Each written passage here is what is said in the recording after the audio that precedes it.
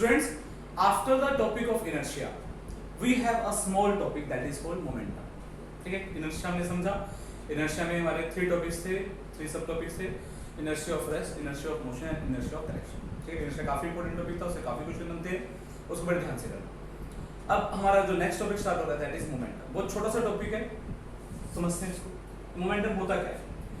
The quantity of motion possessed by an object is called momentum. Quantity of motion, एक object के पास कितना motion है, उससे पता चलेगा उसके पास कितना मोमेंटम है. अब मोशन, कितना मोशन है, क्वांटिटी ऑफ मोशन हम कैसे डिफाइन करेंगे? क्वांटिटी ऑफ मोशन दो चीजों से पता चलता है, that is one is mass of the object, second is velocity of the object. I am repeating, quantity of motion को मेजर करने के लिए हमारे पास दो फैक्टर है, that is mass and velocity.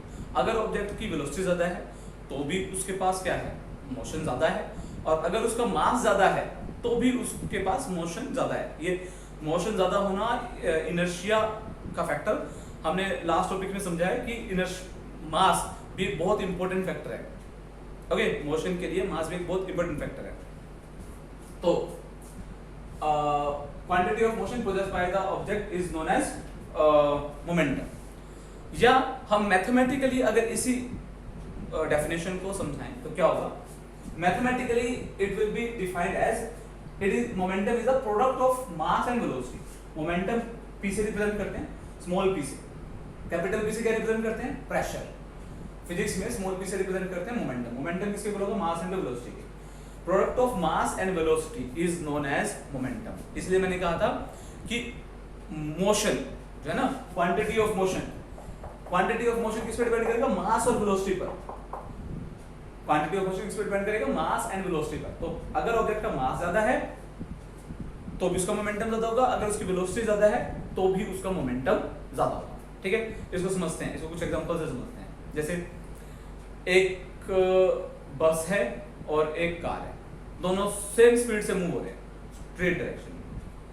किसका मोमेंटम ज्यादा होगा? ऑफ कोर्स बस का ज्यादा होगा, क्योंकि बस का मास ज्यादा है. बस का मास कार से ज्यादा है, वेलोसिटी सेम है, तो बस का मास कार से ज्यादा होने की वजह से उसका मोमेंटम क्या होगा? ज्यादा होगा. ठीक है, अब वेलोसिटी का एग्जांपल लेते हैं. सपोज करो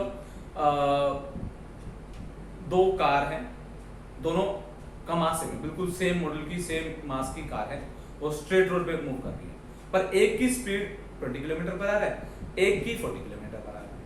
ठीक है, तो किसका मोमेंटम ज्यादा होगा? ऑफ कोर्स जिस कार की वेलोसिटी ज्यादा है उसका मोमेंटम भी क्या होगा? ज्यादा होगा. फिर तो यहां से मैं क्या समझाना चाह रहा हूं कि मोमेंटम जो है वो 2 फैक्टर पे डिपेंड कर रहा है, मास पर और वेलोसिटी पर. जिस ऑब्जेक्ट का मास, जैसे 2, अगर हम ऑब्जेक्ट को कंपेयर कर रहे हैं तो उनमें जिनका मास ज्यादा होगा और वेलोसिटी ज्यादा होगा उसका मोमेंटम भी ज्यादा होगा. सिंपल सी बात है. क्लियर? तो दैट इज मोमेंटम. अब मोमेंटम की बात कर रहे हैं तो मोमेंटम क्या होती है? वेक्टर क्वांटिटी है which have both magnitude and direction. Vector quantities कौन सी होती हैं? The quantities which have both magnitude and direction are called vector quantities. Scalar quantities कौन सी होती हैं?